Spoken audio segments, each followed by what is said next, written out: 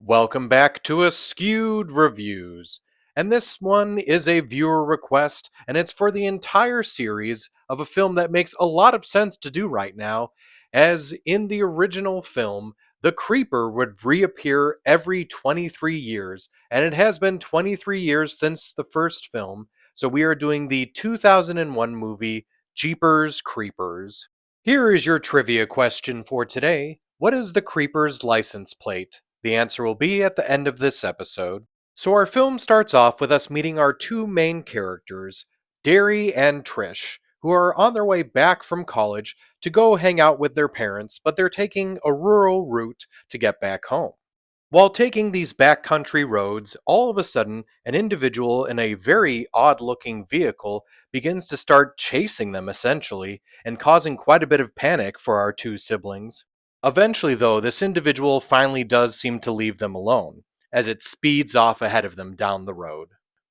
Now, as Derry and Trish continue their journey, they do at one point actually see the vehicle again, but now it's parked next to a church, and it seems to be an individual who is tossing some sort of odd shaped bags down into a tunnel that look eerily like bodies. So, our two main characters wait a bit until that individual does leave because they're worried that someone might actually be in trouble. So, they go to check out the tunnel. There is some unfortunate fumbling around as Derry then falls deep into this pit. Now, Derry decides that he's going to check out this area, but wants Trish to keep an eye on the road in case the guy comes back. While looking around, Derry does find some extremely disturbing stuff, but he does eventually find his way out and back to his sister. So Trish and Derry head off as quickly as they can to a location where they can try and contact the police. So, are this brother and sister duo finally safe now that they've reached out to the police and civilization? Or will this man or monster still keep coming after them? This movie was written and directed by Victor Salva. Unfortunately, Salva did turn out to be a horrible human being. The original title for the film was actually Here Comes the Boogeyman. The characters of Derry and Trish were specifically written as brother and sister to eliminate any sexual tension and keep the story focused on them escaping from the creeper. Both Justin Long and Gina Phillips did not actually get to see the creeper or the truck until those scenes were being filmed. MGM originally wanted more notable actors for the two main characters, but Salva's good friend Francis Ford Coppola used his clout to actually back Salva's choices in casting. This was actually Justin Long's first time as a leading role in a film.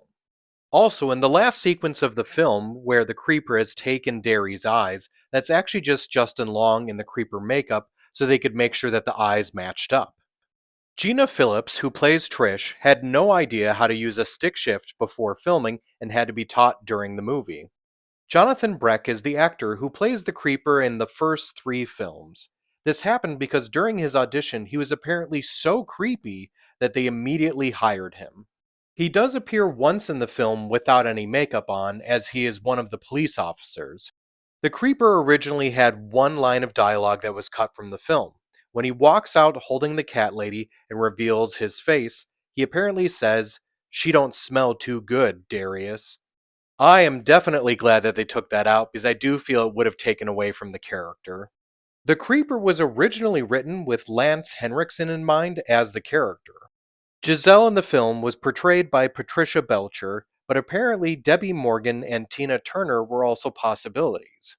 The truck from the film is owned by a private collector who would actually allow it to be used once again in the third film. The church that appears in the movie was a real abandoned church, which unfortunately, just like how it ends up in the movie, was burnt down at some point. To get the roads to look more deserted, Selva got the local homeowners to temporarily remove their mailboxes. The way that they were able to get all of the cats to assemble at the screen is by smearing tuna on the windows. The movie was entirely filmed in Florida, but it takes place in a fictional area called Poho County. There was so many issues with loud bugs that before some scenes, someone would actually fire off a pistol to make them quiet for a little bit. So when it comes to the film Jeepers Creepers, this is a really good horror movie in my opinion. I felt it was very different from a lot of the stuff that had kind of come out, especially around that time. So I think I'm going to give this one a 4 out of 5. Now, if you can't get enough of Jeepers Creepers, not only are there the other films, but there was an entire comic book series as well. And then other movies I do recommend checking out if you did like Jeepers Creepers, any of the Wrong Turn movies, It Follows, I Know What You Did Last Summer, and The Strangers.